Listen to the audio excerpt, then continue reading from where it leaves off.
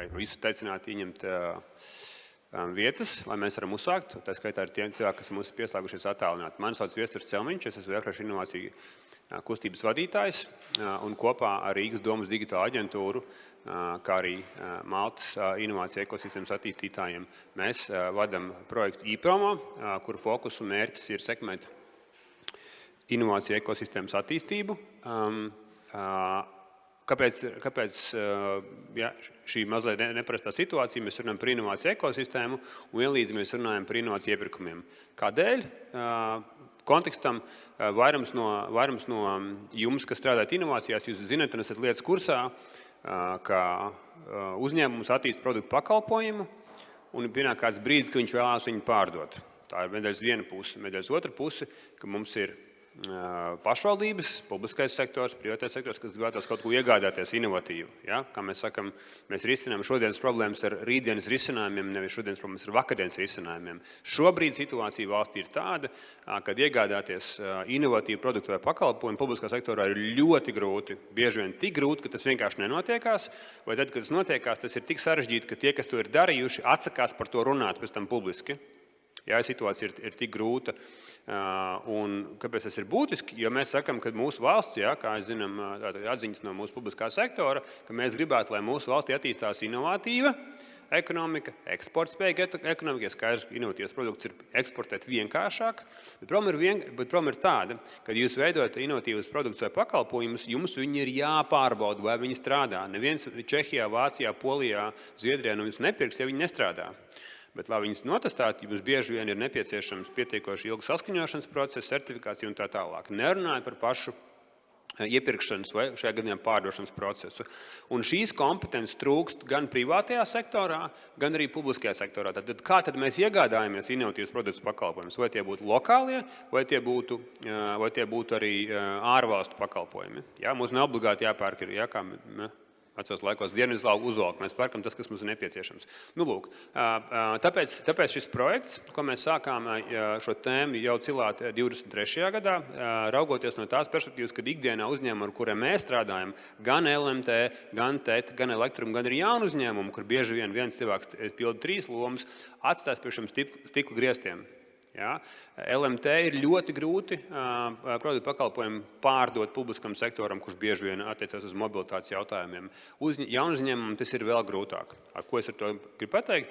Bieži vien specifikācijas sagatavošana prasa 18 mēnešus, vai partnerība prasa 18 mēnešus. Liek piebilst, jaunu uzņēmumu un bieži vien arī pat lielam uzņēmumam šādu līdzekļu un kompetences profilā vienkārši nav pieejami. Ja, tad, ko tad mēs darām? Mēs sakam, mēs valstī atbalstam inovāciju ekosistēmu un jaunu uzņēmumus un tā tālāk un dodam grantus un saskaramies ar situāciju, kur neko īsti pārdot nevar vai pārdot ir tik grūti vienkārši atmet ar roku. Ja, jo tie 18 mēneši bieži vien ir pārauga 26 mēnešiem vai 12 mēnešiem. Ja, un neviena puse negrib uzņemties riskus. Rezultātā mums kā NVO, kā privātā sektora pārstāvjiem ir situācija, mēs sakam, ka procedūra valstī ir, gan par inovatīvu iepirkumu, gan par inovāciju partnerību, bet īstenošanā mēs netiekam. Ja, jūs zināt, šis gadījums ar Latvijas valsts mežiem, kur viņi veltīja vairāk nekā 24 mēnešus, iepērkot to pārvaldības monitoringa risinājumu. Nu, liek piebilst, tā ir bagātākā kompānija Latvijā. Ja, nu, nav brīnums, ka viņi ar to tik galā, un arī viņiem negāja viegli. Visiem pārējiem ir par kārtu grūtāk. Tātad, pēc šī garā ievada, mūsu mērķis ar šo projektu ir sekmēt kompetences līmeni, gan publiskā, gan privātā sektorā. Pēdējos 5 mēnešus mēs esam strādājuši ļoti ciešā sazobē ar Rīgas domi, lai šo kompetences līmeni celtu un eventuāli sagatavot. Tātad, šo es jau izstāstīju, būtu, ko es nepieminēju, ka mēs pēdējos 5-4 mēnešus strādājam ar reālu iepirkumu. Nevis kaut kur kādreiz kāds kaut ko gribētu nopirkt, bet īsta pašvaldība, īsta vajadzība, īsts projekts, īsts kalendārs, īsts budžets un potenciāli īsti pakalpojumu sniedzēji, kas ir tirgu, ar kuram mēs mēģinām definēt. Un vēlreiz es to teicu vairākas reizes, ja šī pašvaldība nav noslēpums, ir Rīgas doma. Mums ir sazvana MS Teams platformā, kurā bieži mēs esam 17-18 cilvēki. Ja jums nebūs noslēpums, ja vairums pašvaldībās Latvijā uz attīstību strādā 2-3 cilvēki, no kuriem 1 vai pusotrs ir uz turismu. Līdz ar to, kā mēs sakam, kā mēs nonāksim līdz šiem inovatīviem iepirkumiem, ja principā ne juristam, kurš strādā, pieksim, ar ceļu būvniecību vai energoapgādi, viņam šīs kompetences nav. Attīstītājiem, attīstības cilvēkam šīs kompetences arī nav. Kā mēs tiksim uz šiem iepirkumiem? Ja Rīgas domē šis prasa milzīgas pūles, milzīgas centienus, tad, manuprāt, mēs dzīvojam mazliet optimismā, gan publiskā sektora, gan privātā sektora par to, ka tas notiksies pats no sevis. Diemžēl tas nenotiks pats no sevis. Un arī Rīgā tas nenotiekās pats no sevis, tāpēc mēs strādājam ar reālu iepirkumu, kurā mēs varam pateikt, lūk, ir reāls problēmas, kas ir nepieciešams definēt specifikācijā, lūk, ir riski, kas mums būs jāpārvalda, un kā mēs tiksim galā ar kontrolēšām institūcijām, kas eventuāli mums jautās, hei, jūs iztērējat laiku un naudu, un mums nav rezultāti. Tad kurš par to maksās? Proti, ir bijis grūts process, par ko beigās var tā teikt, vēl dabūt pa kažoku. Un to mēs mēģināt novērst, celt kompetenci izpratni, lai šis process iet ātrāk, saprotamāk un pārskatāmāk. Kā mēs minējām, tad mēs strādājam ar reālu iepirkumu, mēs identificējam galvenās atziņas, mēs veidojam ceļa karti, mēs dalāmies ar ārvalstu labāko praksi, gan pagājušajā reizē, kad mēs tikāmies, par ko es pēc rītni pastāstīšu, jūlija sākumā runāt par specifikāciju, kā specifikācijā definēt mūsu interesējošais problēmu priekšmetus, kādā veidā veikt tirgus izpēti, kādā veidā atlasīt labākos pretendentus, kādā veidā strādāt ar institūcijām un tā tālāk. Un visbeidzot mēs 25. gada pavasarī veidosim arī ceļa karti, proti tādu kā rokas grāmatu, neakurāti iesietu ādu zlākos un auseklīti, bet ceļa karti, rokas grāmatu priekš institūcijām, ko mēs esam iemācījušies 7-8 mēnešu laikā, sarunās, diskusijās, darbnīcās, ekspertiem, lai šo procesu padarītu caurspīdīgāku vienā konkrētā tēmā. Kā mēs šo procedūru pielāgojam? Tas viss. Tas ir viens teikums, ko mēs darām, kā mēs šo procedūru pielāgojam, jo esošais IUB un Finanšu ministrijas, tā skaitā ekmina, formāts kaut kādu iemeslu pēc nav aizripojis. Viņš nestrādā ikdienā, jo mēs redzam, ka pat lielas pašvaldības ar šo procesu netiek galā. Kā es jau teicu, mēs strādājām iepriekšo reizi 3. jūlijā, darbnīcā tieši par tehniskās specifikācijas, inovāciju priekšmetu definēšanu, kā mums bija arī ārvalstu eksperts no Anglijas, manuprāt, ļoti veiksmīga sesija bija, kas mums palīdzēja jau artikulēt šos jautājumus ar reālu iepirkumu perspektīvu. Šodien, 4. oktobris, gan arī pagājuši 3 mēneši, darbs nav beidzies, arī vasaras mēnešos doma, kas ir šī reāla iepirkuma vadītāja, ļoti aktīvi strādā, tur ir vairākas puses, tur ir pašvaldības policija, lokālajie partneri, LMT, tehnoloģija partneri, potenciālie pakalpojumu sniedzēji, juristi, gan no attīstības departamenta, gan no digitālas aģentūras, proti ļoti horizontāla un raiba publika, ar ko mums būs jāstrādā, un es domāju, jebkurai pašvaldībai, kas eventuāli gribētu iepirkt kaut ko inovatīvu priekš savas saimniecības digitalizācijas, būs jāņem vērā šī raibā publika, ar ko būs jāstrādā, kā mēs sakam, ārpus kabinetiem. Un kāpēc šis ir būtiski? Turpmākos 5-7 gadus, tas, ko mēs esam saukuši par Eiropas investīcijām un finansējumu, atceramies, Eiropa ir galvenais investors Latvijā, numur 1 investors. Vairums, kas finansējums nāk mums vajā valstī, nenāk no investoriem vai no šeikiem, bet tas nāk no Eiropas. Un šis finansējums būs pieejams digitalizācijai. Un bieži vien viņi nefinansēs lietas, kuras jau pieejams ir tirgu. Viņi prasīs, vai jums kā pašvaldībai, publiskam sektoram ir kas inovatīvs padomā. Un jo inovatīvāks, jo labāk, jo finansējums reizē būs vairāk savsaimniecības digitalizācija. Proti, kā mēs jokojam iekšēji, ka šī ir jaunā struktūra fondu nauda ceļiem, tikai digitāliem ceļiem. Vai tā būtu gaisa telpa, vai tā būtu mobilitātes monitorings, vai kāda ūdensvada, vai kā savādāk. Tāpēc mēs uzskatām, ka šis process par inovāciju iepirkumiem ir vērtīgs, domājot par nākošajiem 5 gadiem, ka mums prasīt nevis karavelstu un zirgu un nervus, lai iepirkt kaut ko inovatīvu, bet lai mēs tiktu uz priekšu ar ātrāku, skaidrāku, paredzamāku procesu un risku pārvaldību. Tad to es mazliet izlaidu daļu. Tātad mēs šodien runāsim par konkrētu jautājumu, kas ir tehnoloģiskie pārvaldības, finanšu un laika riski. Mums ir izcils eksperts no SMM Legal Polijā, Mateusz Staņčiks, kas ir ar mums šeit kopā.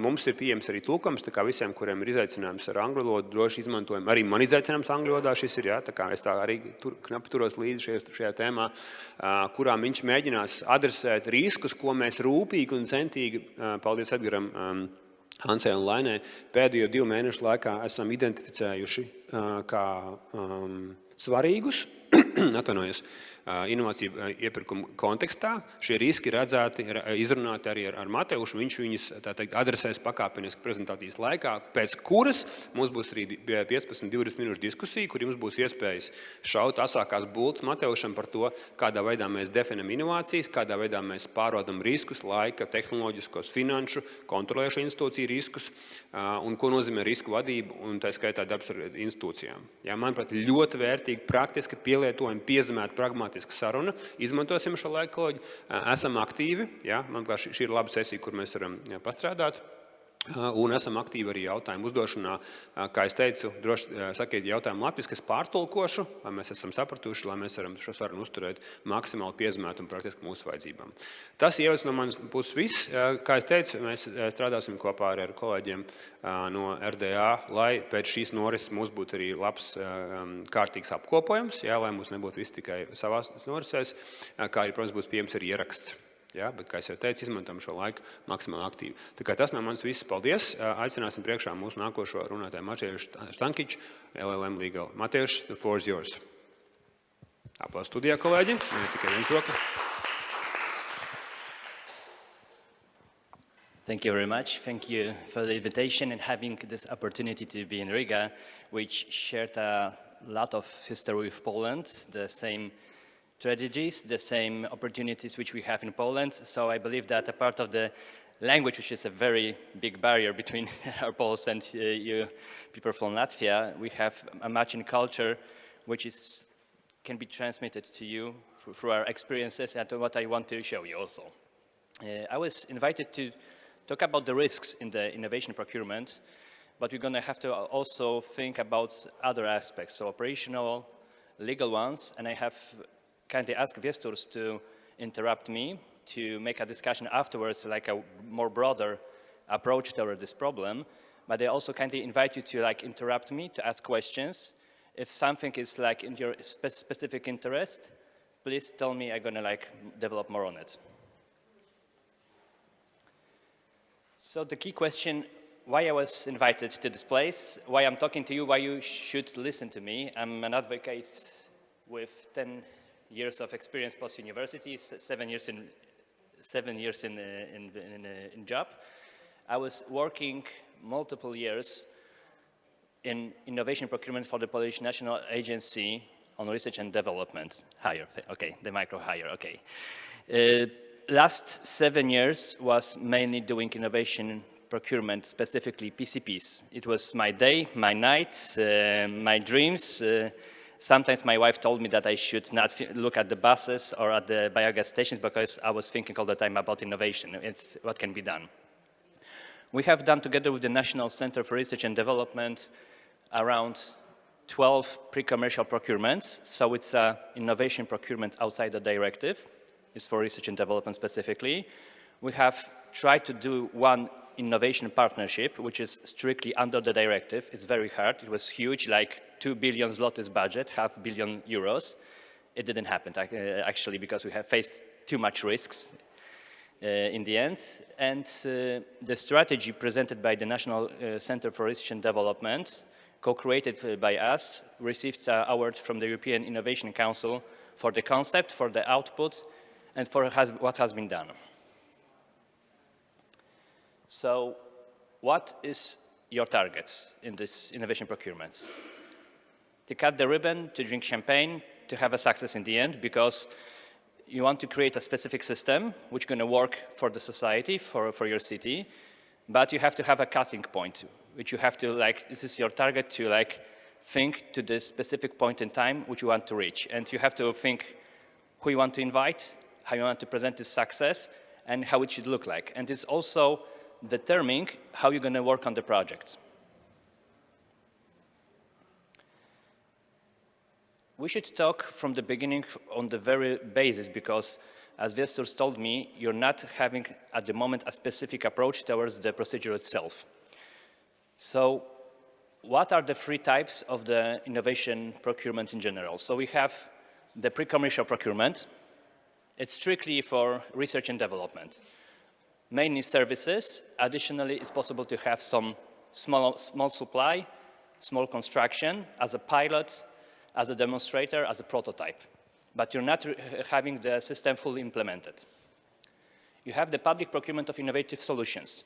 So it's the supply, the service, the construction, which is the target of the implementation, but without the research and development.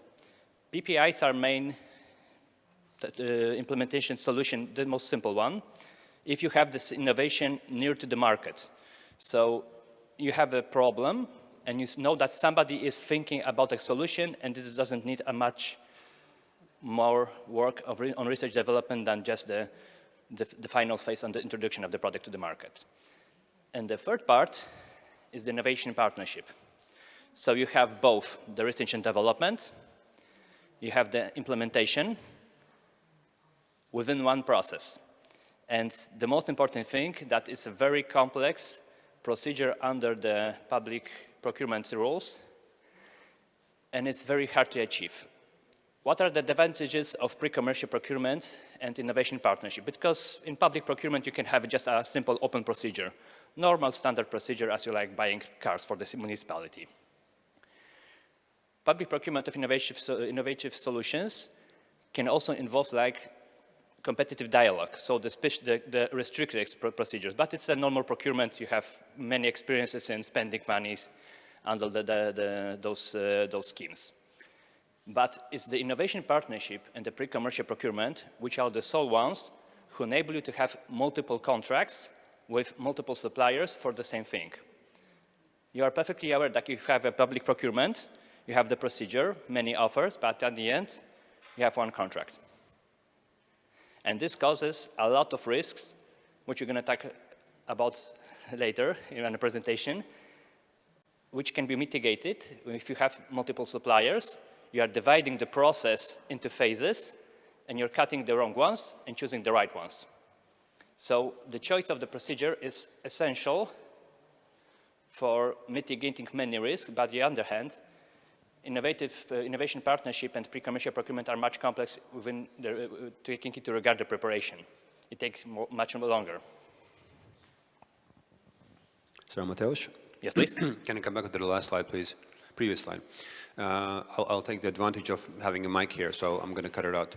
Just to make sure that when you say that the pre-commercial procurement has the advantage of having multiple contracts, in a situation where the market is very small, like the Baltic countries, you may have multiple contracts, but can you have one and the same supplier? Because sometimes the solution that you're looking for can only be provided perhaps 1, 2, maybe 3 companies in the market.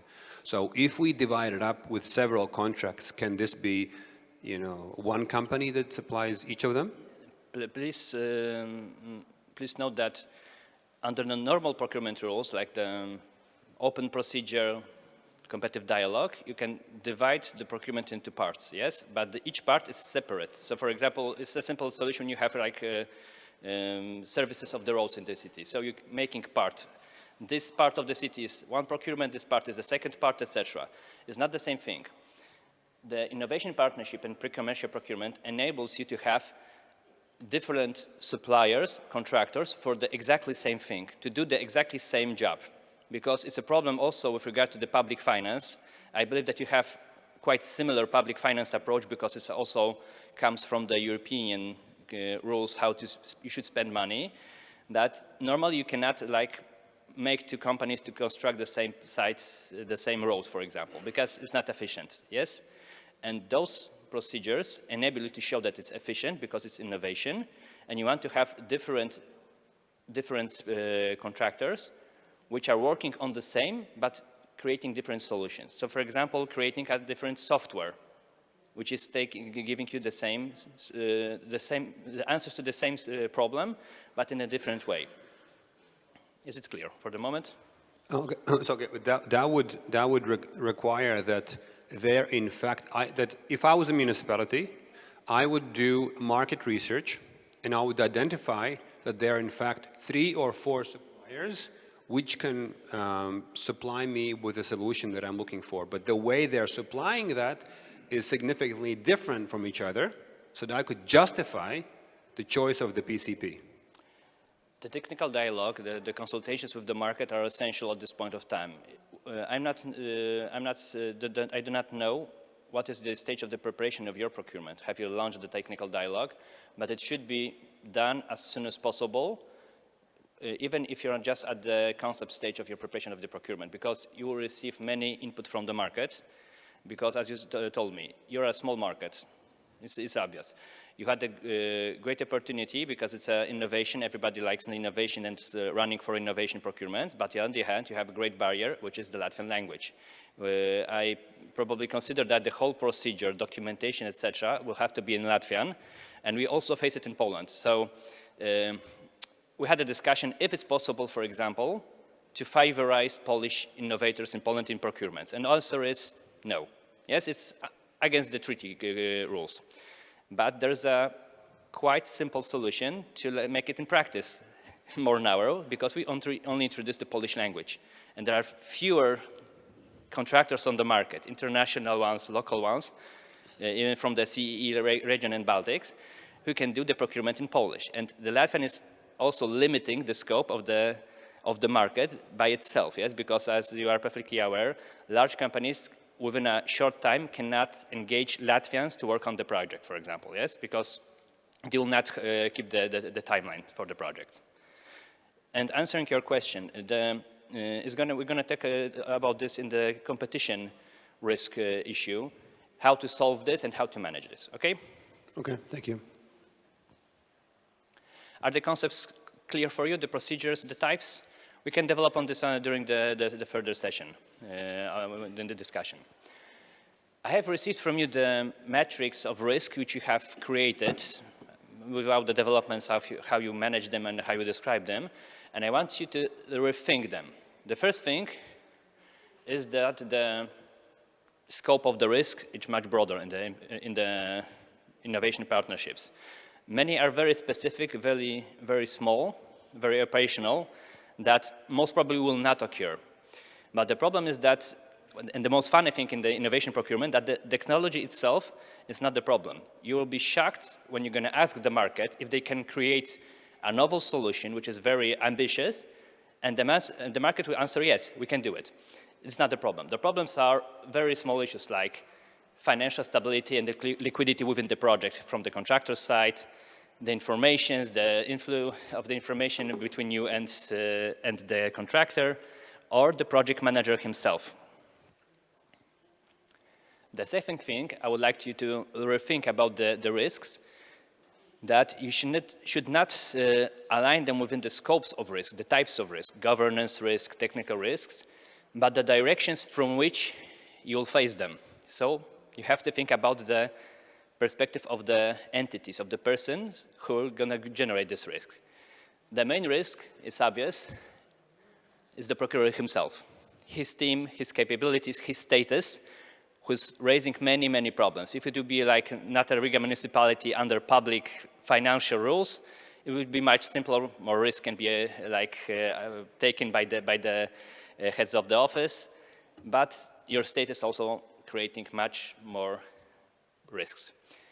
The second greatest group of risk are aligned with the contractor. Depending on the type of the procedure, you're going to be dependent on one or multiple entities who are going to be the success rate and the success factor, main success factor of your project. Without the contractor, you will achieve nothing. So you have to, if you're going to have only one contractor, you have to take the greatest care over him to make him do it. He will not do it in your place. You have to be strictly working with him. The third group of the risks, the major ones from the public perspective, are the controlling authorities. It's obvious because their role is to take care of your operations, that they're aligned with the legal procedures, the rules on public spending, the rules of the European Union, etc., etc. And they shouldn't be treated as an opponent to the process, as a stopper to the process, but like a wall behind you, which you can treat like an obstacle or like a force to move forward. You can push from the wall to move forward. They can be your force also, because many specifics of the workings of the public authorities which are going to control the process can determine how you will work on this project and make it better. The fourth is the potential contractors. So before the contract will happen, so the market in general, because they're raising some specific risks. And the third parties which are not in the process. So, for example, suppliers of the contractor, politicians. You know perfectly that the last 4 years we had like 2 large global crises regarding the health issues, so COVID, and the war in Ukraine, which totally disturbed the technology lines, supply lines, the capabilities of companies to work. So those are the issues which you have to take into consideration. Those are the risks which are linked with to the procurer. I'm going to leave you the presentation because we have to discuss it, how you can think about it. I have also developed some descriptions about this, so I will not talk into the specific ones of which are mentioned in this slide. I'm going to afterwards show you the risk which I want to develop more. So the procurer is most about the budget, the management, and the people. I believe that you should think that you have to create a community around this project, which is like working still on it. It cannot be like a part job for anybody. Both on the decision makers from the city municipality on the president's level or at the project managers, you have to be totally involved in this project all the time. Because those risks will arise all the time and they're gonna influence the project all the time. We have the potential contractors. This is the moment when you should start discussing with them within the market, the dialogue, which could enable you to like see who's in the process and who's not capable to do this innovation which you are seeking. But please take into consideration also that many actors will not present themselves until the final term for the bid. There are small entities which are, until the last moment, are considering if they're going to manage technically, financially, with regard to their team. So they're not going to discuss with you, they're not going to show themselves until the last moment. So you will not be able to know about this market. And the potential contractors can disturb your procedure within the public procurement procedures, yes? So when you're going to make a PPI, so only the implementation of the solution, when you're going to make the innovation partnership, because you have a very strict, rigorous procedure to battle the winner. PCP is quite simple in this regard because it's like on normal basis, like civil law, etc. So you can make it much simpler.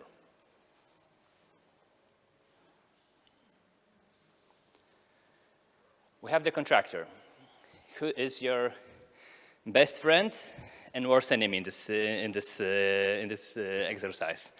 Because as I said, he's going to be the one who's going to create as many problems as you can only imagine.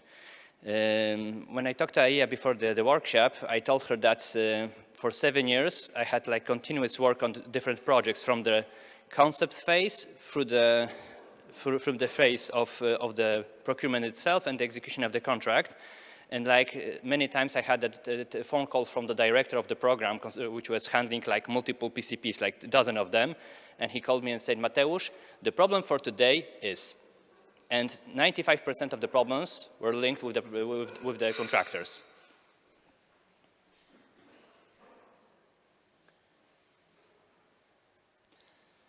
The controlling institutions, like I told you, can be your closest ally because they have many information, many points of view which are very helpful for you to create this procurement, and you should benefit on them as much as you can do. And the last line, so the third parties, you have introduced them into the matrix very well. You should also think that they're the minor problem in this whole process because you have the less possibility to manage those risks, you can only just map them.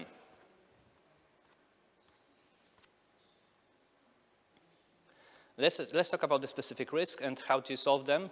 And I want to talk only about the risk which in my opinion, are of the utmost importance for you. So the first thing is the leadership in the process. The process is demanding and requires strong personalities. I want you to think that you have to have in this process like somebody like a Lech Plezis, yes? I'm correctly pronouncing this person. So you need a hero who's gonna like fight all the problems, who has gonna make all the crucial decisions, prepare the decisions for the decision makers themselves. He will not bear the responsibility personally because it's always on the president of the city, yes? The head of the public authority itself. But you have to have somebody who is a very strong figure, and he can like have the character to discuss with the market, with the contractors, with the authorities himself, because he's gonna have all the information which is gonna keep the project operational. You have to take the utmost care of him, of his psychological comfort, of his financial comfort, because if you're gonna lose the project manager within the project, you're gonna lose the whole procurement. I've watched during this dozen PCPs, very different persons handling those projects. They were like the most courageous person which I have seen, and the most chaotic ones also. And really, if you look at the output of the process, you can see which person was handling this typical project. So the next thing is the innovation. So Mateusz, yes, please. Just to say, will you come back to this leadership aspect in presentation? Will you delve deeper into this aspect, or should we discuss on the choice it now? of the procurement manager, etc.? Yes. I think it's maybe a place to talk this over within this discussion. Okay. Okay. Maybe if you want to talk about this right now, we can. The reason why I was asking this is that since technical specification for procurement, it's in plain language. So the client and the contractor and procurer, both parties understand what's being written in the text. Why would you say this leadership aspect is important if we're legally bound within a contract between one and the other? We both can read and understand what's being written. We understand the budget, we understand the dates, we understand the requirements and the quality control that we both agree and sign upon. That's number one. Yes. And whether you're saying that this leadership is more decisive than in anything else. Yes, in a process of developing the contract, technical specification, market research, speaking with potential bidders, or within a process of actually delivering the results. Both or one is more important than the other? You have two approaches in managing projects, in administration, public administration. You have the approach procedures rule versus people rule. And in case of procedures rule, you most probably gonna face a deadlock in which the procedure which you have developed, so the technical approach, the procedure, the steps, how the procurement itself and the contract will be developed, you'll probably face a problem which cannot be solved without the decision of a person who's gonna have the full information about the project. You have to make a decision. If you're going like canceling the project because it's going nowhere, if you're gonna make a change, we're gonna also talk about the change in the project, which is also a very important factor. And if you not have the person which is binding all the strings and is from the substantial and from the personal point of view match for the decision makers, the project will most probably be a secondary importance and it will die because it's the leader who is taking it into the light all the time. And also, this person is going to control the contractor and assure that the project is in place. Okay, so I don't know if this is important for everybody, but I'm just wondering if this is a legal framework. I am buying ABC from the company, whatever the name is. That's a legal framework. Why would that require leadership? We know the dates, we know the budget, and we know the calendar. and we know the requirements. Why would that require something, as we discussed before, we had this conversation yesterday and before, almost esoteric, especially for the public institutions, such as leadership? When we speak about Amazon and Google, we know it's the leadership aspect, but when it comes to public sector, yes, leadership I is not the understand. most common used word here. The first thing is, if it would be such a simple case, we wouldn't have this workshop. You didn't have the second workshop because you had one earlier. You wouldn't invite somebody who has done innovation procurement earlier because it would be such a simple solution, because you would use the procedures which you have in place. It's not the problem of the procedure, it's how to handle it. And it's also the project manager who's gonna drive the project to the end. And like I said, I've seen in my experiences when I worked on a dozen of innovation procurements, the most disturbing moment in each procurement was when the project manager was leaving it. For example, he got a better job in an international R&D company or something like that. And these disturbances were like stopping the whole procurement for weeks or even months until the next person who get involved understand the specifics of the problem. Also, the case of this risk regarding the leadership depends strictly on the level of innovation which you have in place. The more innovation you have, the more development works, the more interactions between the public contractor, the public authority, and the supplier will have place. And if there is much work to do on the development of the solution, this has to be finally a person who's going to handle all those discussions, decisions, etc. If you're buying something like it's like just a simple jump to the innovation and it's near to the market, it's not a problem. But I understand you're thinking about a solution which is not in the market, you have to solve it. Yes, please. Maybe a microphone. Because we are on Zoom, with regards to the persons who are watching us. Jā, tātad vai varētu mēs nofiksēt tādu secinājumu, ka inovācijas procedūrā pēc definīcijas mēs nevaram paļauties uz instrukcijām un procedūrām, jo tādas vienkārši neeksistē.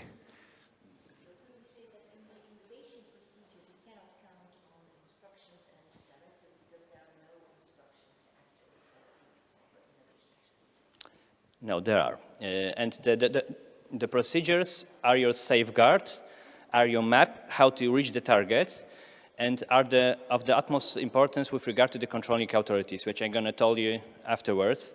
But as each process, innovation procurement is like a software. So you're programming it. You establish the process, how it runs from A to B, what's going to happen next. But most often, you're going to have like a bug. So there's a problem which you cannot solve. And this is the moment when normally you're going to call the software engineer, the IT specialist, who's going to solve it. And this is the same thing with the project manager. If the project is well established, he will have maybe no work at all. He's going to just take care over the process, which is going to be made by the contractor himself, by the institution itself. But in the end, if you're going to face any problems, you have to have in place the first person who's going to think how to solve it, how to mitigate this risk which has occurred, how to in this specific issue, is going to be the project manager.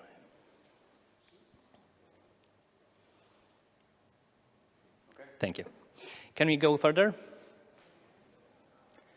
Second most important thing, which we are now considering, is the innovation procurement status. So, depending on the scope of the works, if you have research and development, and I'm going to talk about this further, how to understand research and development in particular in regard to IT, because it's a problem itself. If you have a research and development services, you have to create something new, which you don't have on the market, you can use the PCP. The PCP requires to showing that there's no solutions on the market, so you have to have documentation from the technical dialogue, from the research made by the patent officers, for example, because you have to have the documentation in place which showing that you cannot just simply buy it from the market.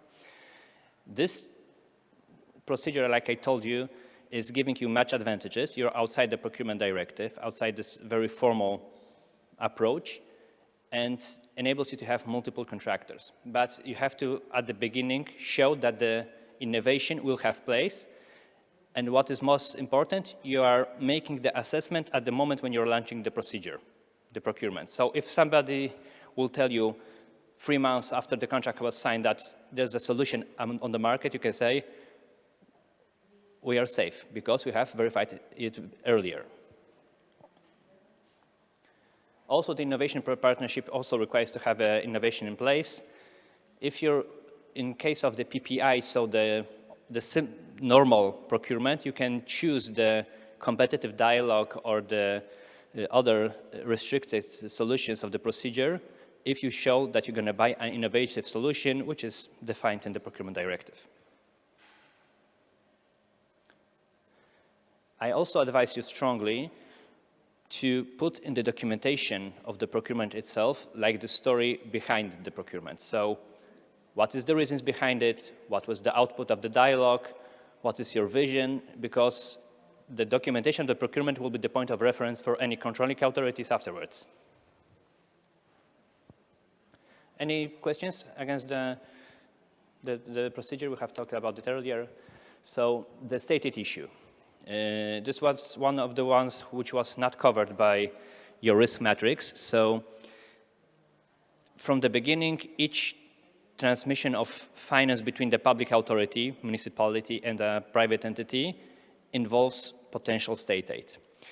The European Commission states that if you have a public procurement under the Public Procurement Directive, you have a presumption that there's no state involved because it's a market operation, under market conditions transaction. In case of the PCP, you're outside of the directive, but there's a specific framework, also a guideline created by the European Commission, which is adding additional conditions, how to consider the state in compliance. So they are making the PCP more formal with regard to, for example, IP specifics, but it's like an international approach. Any questions? My question is the following. So this state aid rule and organization, does that apply only for PCPs or for the typical innovation procurement as well? If you have a innovation procurement, like you're working under the directive, you have a presumption per se that is compliant with the state aid rules. So, for example, a competitor of your contractor should show, for example, that the specifics of the procurement, were meant for only one contractor. So, I don't know, let's talk about cars, so it's different from your procurement.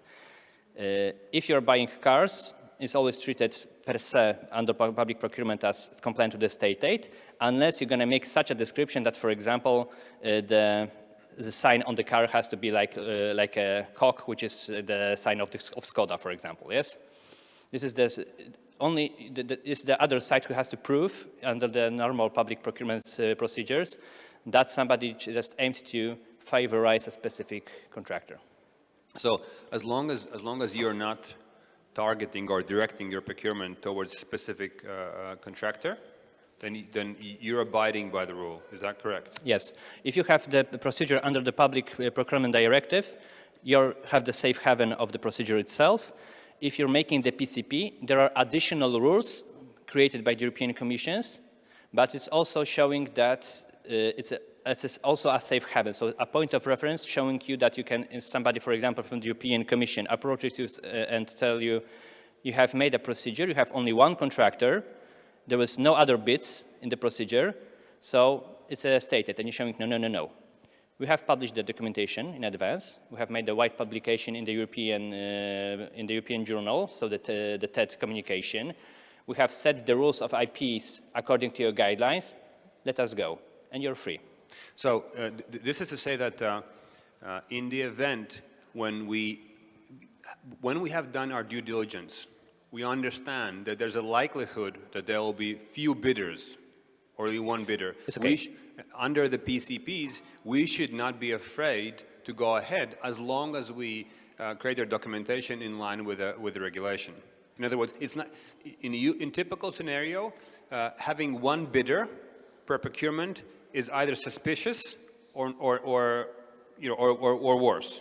Under the PCPs, having one bidder is completely fine because the regulation of the PCP implies allows for that event to be just fine, because at the end of the day, we are procuring something which is not readily available in the market, and therefore it's okay if there's only one or perhaps two bidders at max.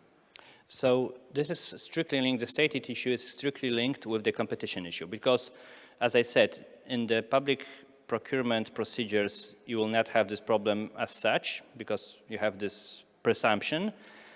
But in general, it's always the problem of the competition itself. It's also the problem, and they are linked, because state aid is a part of the competition issues in the European law.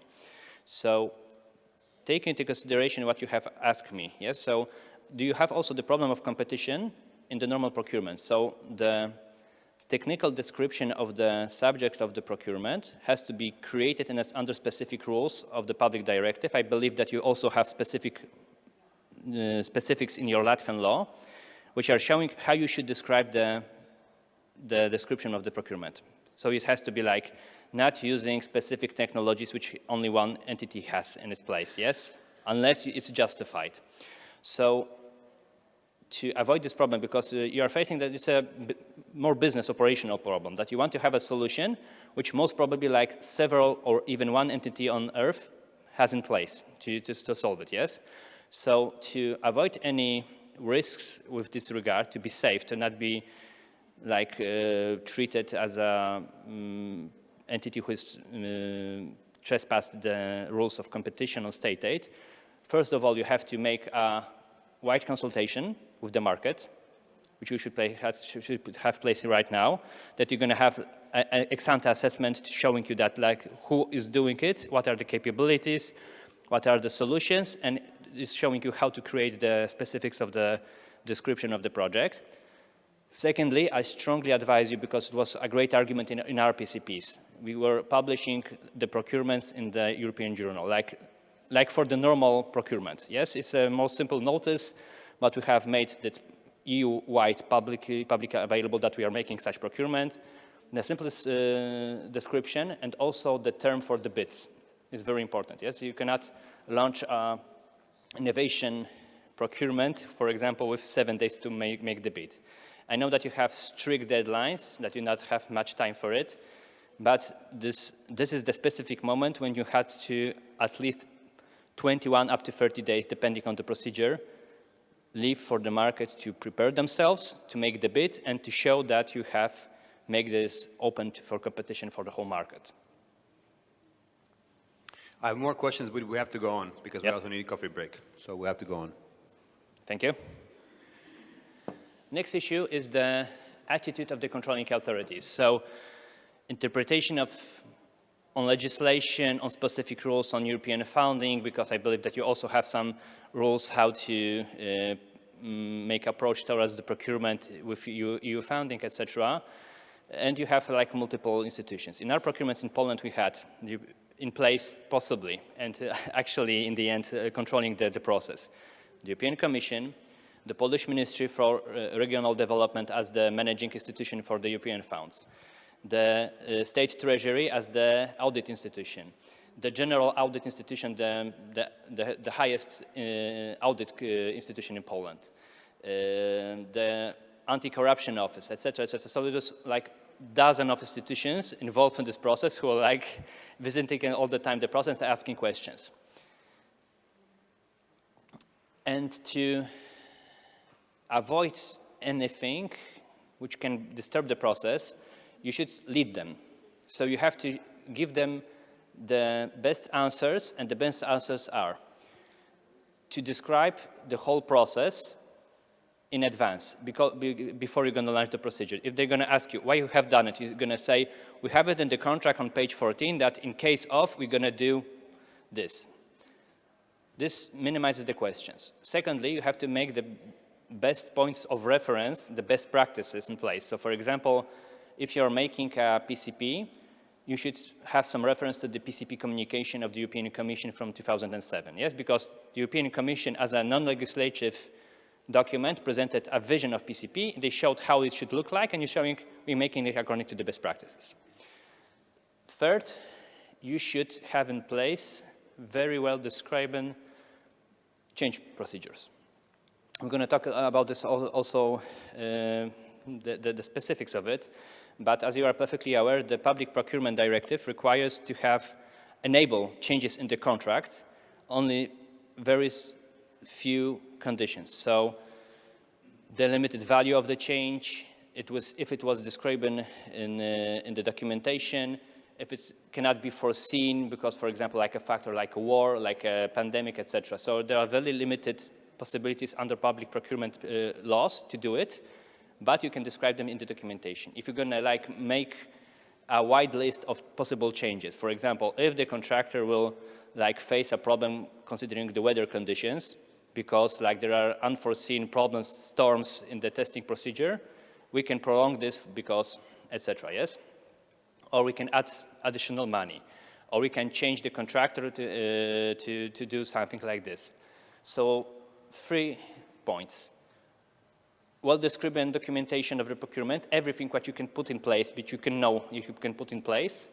Best points of reference, also mentioned in the documentation for the controlling authorities. They're going to ask you why you have done it. You say, stated issues, please look, we have made reference to the guidance on the R&D framework, etc. So, and the third thing, to have a change procedure. Questions on it? Thank you. And please, as the public procurer, know that if it's a pilot, it's not the hardest thing for you. It's the hardest thing for the controlling authorities if they do not have any points of reference how to recognize your process. Because, as you know, the control process is to have a model, compare it with the situation, and say if the situation being controlled is according to the model. So you have to show them the model.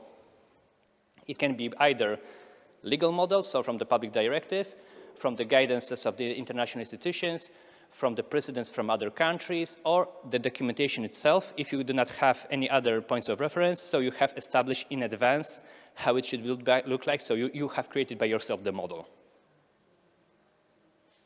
Budget. The most simple question, the biggest problem, so how to manage the budget, especially that if you have more innovation, there's going to be more unforeseen circumstances, technical problems, like the contractors will ask you, you know, we have thought that we're going to like manage with this 5G issue because it's on the market, but actually we have to buy specific cables from Taiwan because they are the only ones who are like working with the processor which you have bought from the States. You understand? So this, if there is more problems concerning the complexity of the procedure, of the target, you will have to be more flexible with regard to the budget. And there are several solutions how you can reach it. So first of all, with regard, you have to have a reserve. This is the simplest question, yes? So you have to like have a reserve in your budget, which you can like spend afterwards. If you have multiple contractors, in case of PCP or innovation partnership, you can like have an option in your documentation that the reserve, for example, if it's not spent on additional expenses, because as you know, in general, in public procurement, you have to make valorization clauses in the documentation. So when you're going to raise the money which the contractor will receive, you should write it down. And you, for example, if you have multiple contractors, you can foresee that, for example, there's from phase 1 to phase 2, there are going only 2 of 4, which are making the pilot, the prototype after the concept. But you can see that, tell that if you have the reserve not used, you can make the third contractor in place go also to the process. You understand? I don't know if you're understanding what I'm talking about. So you can think about how you can move within the budget and how to move it between the parts, the contractors, the phases, because you can also face a problem which we have faced actually. So the contractor in the PCP, so creating a novelty, there were 3 phases. The last one was like the last development at the demonstrator, and the contractor has made all the R&D earlier. So he had a great budget, which was not relevant to his actual expenditures. And what is the best in the public procurement? It's okay. because in public procurement, you're paying for the contract. It's most often it's a fixed fee for the whole contract or for the particular case. And it's not a grant when you have to cover the expenditures. So if the contractor outperforms your expectations, this is his gain from the contract. But you can consider how you can eventually put in place in the contract that if he outperforms his contract, like you share the money, that some part of the money is going from his remuneration back to the budget, for example.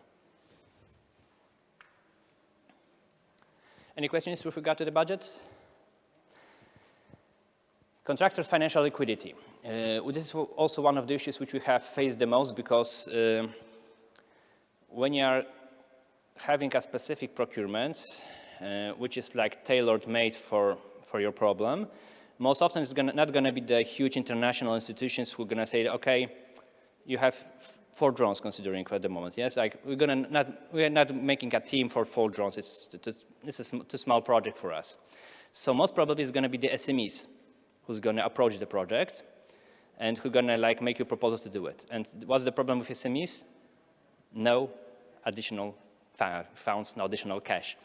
So you have to keep in place that only the remuneration from the contract itself is not only to cover the life cycle of the project, but most probably it's also going to cover other expenditures of the company. So it's most probably the only and most important contract in their company. Very important thing is to put in place mechanism in the contract, irrespective if it's the PPI, PCP, innovation partnership, but to make in place the availability for the contractor to have cash in advance. And you should think strictly how to make checkpoints. For example, the first part of the documentation prepared, you're showing us the midterm results, we're giving you an advance 30%, yes? Or maybe 30% from the start. And you have to very strictly align the budget and the advances in the payments with the works of the contractor, because you have the other risk.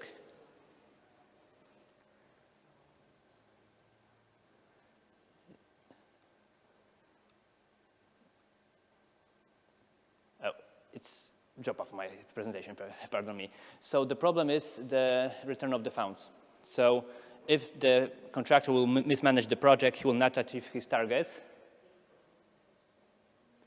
you have to get back the money, yes? Because you're paying for most probably you're going to pay for the results, and if the results are not achieved, you want your money back. So you have to put in place advances linked with the works and expect from them collaterals.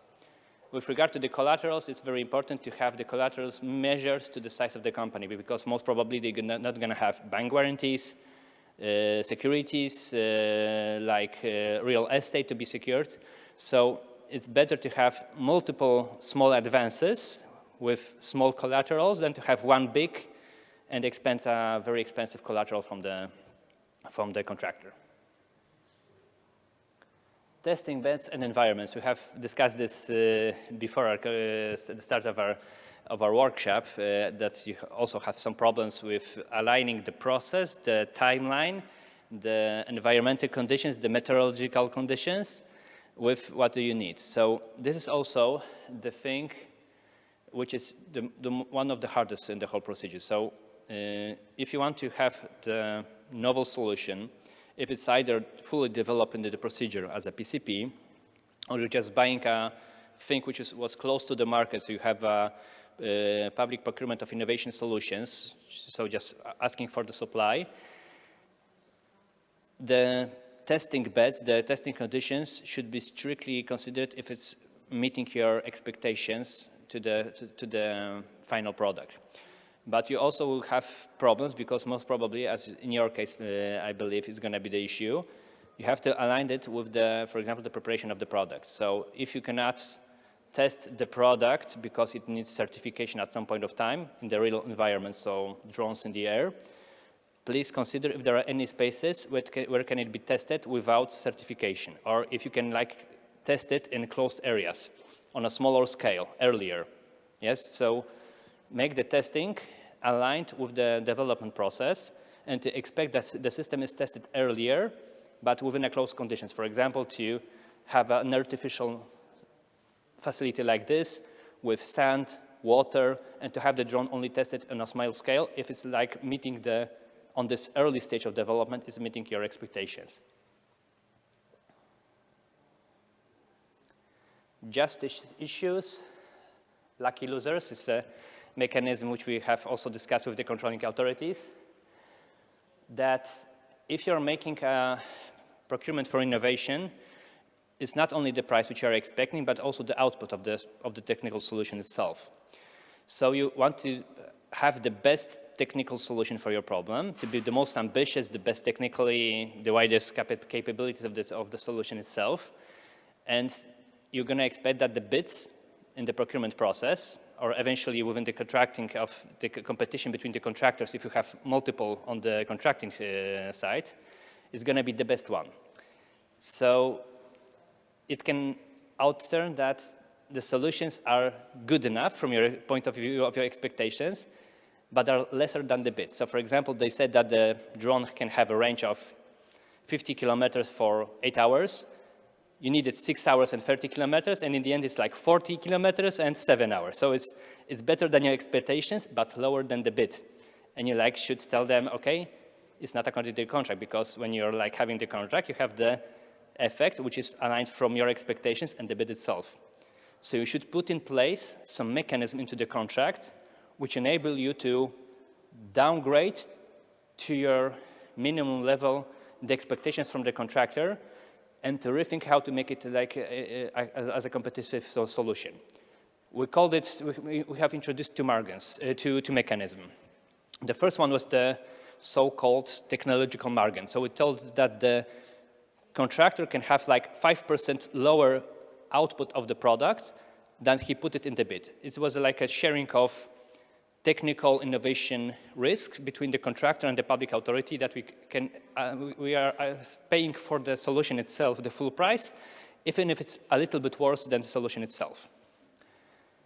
The second thing, which is very important in the procedures like innovation partnership or PCP, when you have a couple of contractors which are competing on the level of development, so in practice they're competing, you can reach a moment when somebody has done a great project, it's not the best, and you want to make him repeat it. So for example, he has created the best technology, but the prototype is not working because there was not enough time, for example, yes? Because the drone is the most efficient, the software is, the solutions under the software is the widest one, but the prototype in the testing is not working. So a lesser product was working better. You're putting him to the next stage, and this product you cannot put further because he didn't meet your expectations. And we have put in place a lucky loser solution, which meant that we enable, when you have some like a run, divided into phases, when only the best one is put it to the next stage, to enable somebody on this to repeat the stage for the same money, just to enable him to receive his money and to deliver the solution on this level of development. Change management. So, like I said, I have covered it also with different other risks. You should put in place change clauses, adjustment clauses, valorization clauses, changes of considering contractors, making enabling the contractor, for example, to have a consortium member after the contract is being signed, for example. You should put in place the conditions to cover all the possible scenarios and to mitigate the risk which you have considered earlier under the preparation of the procurement. So those change clauses enable you to modify the process. Make them as specific, as wide as possible, because when the controlling authority is going to approach you under the Public Procurement Directive, you're going to show we have it in place in the contract. We had some problems with regard to the PCP, because in the PCP you have no point of reference as a rules on the changing on the contract, and the Court of Justice of the European Union has told that even the procurements which are outside the procurement directive are under the European competition laws, so you cannot alter the contract, which in the result is a different contract than in the beginning. So for example, you cannot change the contract from 4 drones covering the seaside to 15 drones covering like the forests around the city. Unless you have this in the contract as an option, as a change, as an alternation procedure. Scale risk. Like I said, research and development, PCP, is divided from the PPI. So you have the development of a solution, a limited implementation just to show that it's working, but you cannot have the full implementation in PCP. And between the PCP and PPI, you have the problem of the scaling of the solution. So for example, you have a contractor who has developed a great solution, but he is not able, for example, to in the specific period of time prepare, for example, the 4 drones. He is able to like make 1 in this time, 2, 3. So you have to also take into consideration if this particular entity, how much work he has to put in place to put a full-scale implementation. Not only preparation of the solution, but for example, putting together the drones themselves. And to avoid this, you have to like have the dialogue with the market, so they're going to tell you that, for example, those drones have to be very customized. We have to like buy each and every part of them and make them on our own. So this also will take place to like construct all the solutions. IP risk. This is a legal-related aspect, because in the PCPs, you have this requirement from the specifics of the stated rules concerning PCP that the IP in general should be within the contractor. So you, as a public authority, you are receiving the limited license, but the IP lies within the contractor. You have the problem that you're going to like have a procedure when you're going to buy the whole solution. So for example, 4 drones. And in the end, you're going to, like in 5 years, find that you want to buy another 4 drones, yes, under this solution. And those are the IP risk. You should cover this with regard to the full implementation phase, services also, because you can face a situation when you're going to have a SME who's constructing a great solution, great drones, great software, but he's just going bankrupt and cannot in any way just service your drones. So you need somebody to service them, but you have no IP in place, like no license to do it. You should rethink and rediscuss it with your IP lawyers, with your IP attorneys, who are going to help you how to solve different solutions and how to meet those models and put them in place.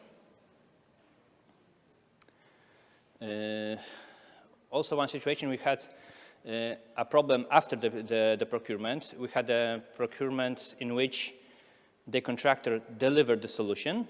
We ordered a technology concerning energy system. The contractor delivered the solution, make a prototype, put in place. The solution is great. It can be scalable even CEE. But the contractor faced a problem in which he has lost his financial stability. And in Poland, when somebody is going bankrupt and he's like sale within the bankruptcy procedure, you cannot, your license as a public authority is like turning into cash, a cash damage. So you can demand from the liquidator of the estate to pay you damages, which you know that is the problem to have any damages in cash from a bankruptcy institution. But the license is like going nowhere because the sale of the assets within the bankruptcy procedure are free of any burdens, including license in Poland. So these are also the risks which you should take into account because leaving the IP, one more thing. The solutions concerning the IP, how you divide them between you as a public authority and the contractor, is one of the greatest incentives in the whole process. If you're going to tell the market that can develop a solution for implementation in your place, but they, for example, can sell the same solution to Singapore, to Tampa Bay, they're like going to feel gold money around them, yes? There's a great incentive because you're the first client for the solution, but they afterwards can like sell it further on the market. If you're going to keep closer the IPs to you, so require the transfer of IPs, there's also limiting the possible market who's going to be interested in the process. So you have to also, within the technical dialogue, talk with the market if they're interested in keeping the solution. If it's only applicable in Riga, it's not a problem.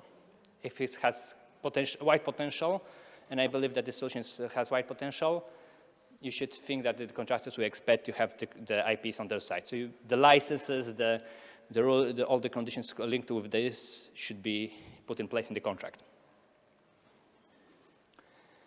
Lack of interest in the supply. It's also a specific problem which we have faced in the PCP. It's not in the PPI. We have a PCP in which we have a solution created by the university.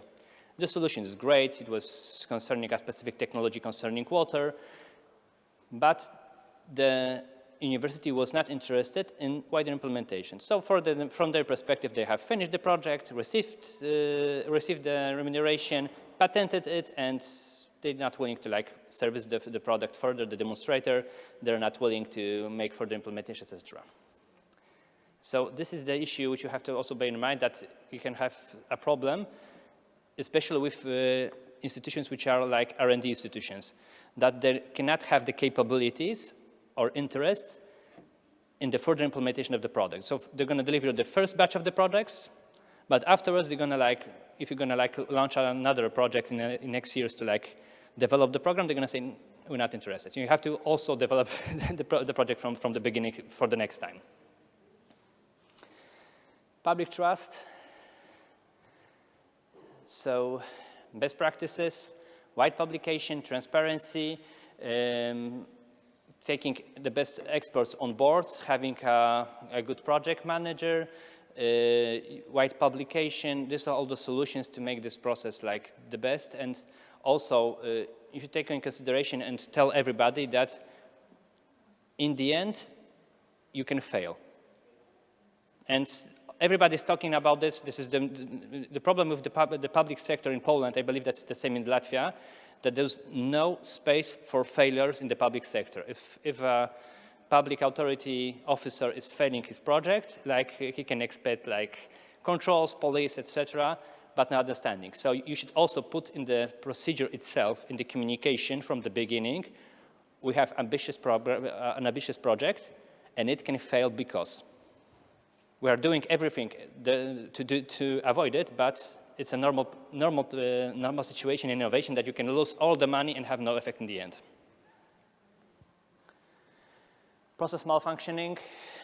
So even if you're going to describe the whole process, as Viestus has asked me about the process, you have everything in place. So potentially it's such a good process. It's so good described from the technical, from the operational, from the legal point of view that nobody has to manage it.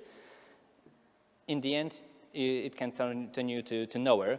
And you have to, when you're going to end this is also the problem of time, because we have many times had such situation that we just ended the drafting of the documentation and had to launch the procedure because we had deadlines for the procedure itself. And this is the moment when you should stop and you finalize the process, sit down and think, how is it working in practice? Make an example, think about a potential company from X, which is doing Y and having problems Z, and how the process is working within such situation. That was the last point of my presentation. Like I said, I'm open to all of your questions, and I'm willing to also discuss further some specifics, also with regard to the innovation itself and procurement. I'm prepared. Thank you so much. We've been sitting here for almost an hour now. I suggest that we take a coffee break. Atvainojos latviski. Mēs esam bijuši šeit stundu jau, kolēģi sēdējuši. Mums visiem vajag mazliet tādu pusties, iedert kafiju, apkopot spēkus, un pēc minūtēm 7, 8 nākt atpakaļ uz mazu diskusiju. Man ir vismaz, kad 8, 9 jautājums, pieņem, ka jums ir arī savējie, kurus mēs varam ar Mateušu izrunāt, gan par, ko mēs tikko runājam, par ko nozīmē publiskajā sektorā reāli izgāšanās, līdzekļu iztērēt, laiks iztērēts nav rezultāts, ko mēs darām, dry run, ko mēs runājam ar specifikācijas jautājumiem un citām lietām. Man ir kādi 8, 9 jautājumi, ko mēs tur varētu, minūtes 15, 20 viņi aprunāties. Jums būs arī iespēja savus jautājumus pētāt, un tad mēs pārēsim pie darbnīcas. Vai tas visiem ir okay? 7, 8 minūšu pauzīt, un tad nākam atpakaļ. So we're going to have a coffee break at the moment and come back to discussion later. Solution. Okay? Thank you so much.